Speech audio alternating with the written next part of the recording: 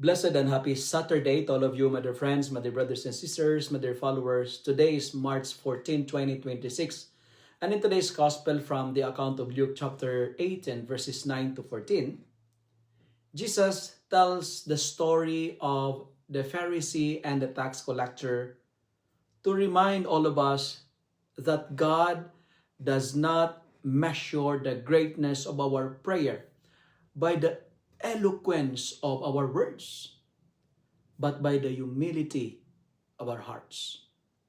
The Pharisee stood proud before God, confident in his own righteousness, listing, proclaiming his good works, and comparing himself with others, while the tax collector stood far off, unable even to lift his eyes to heaven, whispering only a simple plea for mercy. Yet it was the humble sinner, not the self-assured religious man, who went home justified. Today's gospel gently speaks to our own lives because at times we too can approach God with subtle pride, thinking our goodness or devotion earns His favor. But the Lord desires something deeper, an honest heart that recognizes its weakness and depends entirely on His mercy. True prayer begins when we stop pretending before God and simply stand before Him as we are.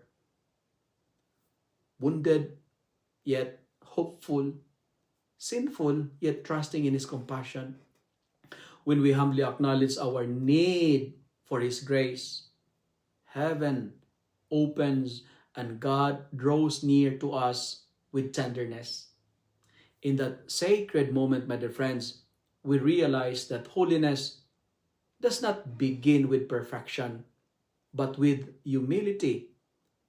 And that the most beautiful prayer we can offer is a quiet cry of the soul, Lord, be merciful to me, a sinner.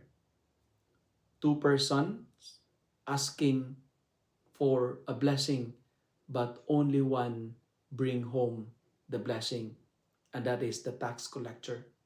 And we are reminded today, God is not after our perfection, but He is after of the humility of our heart.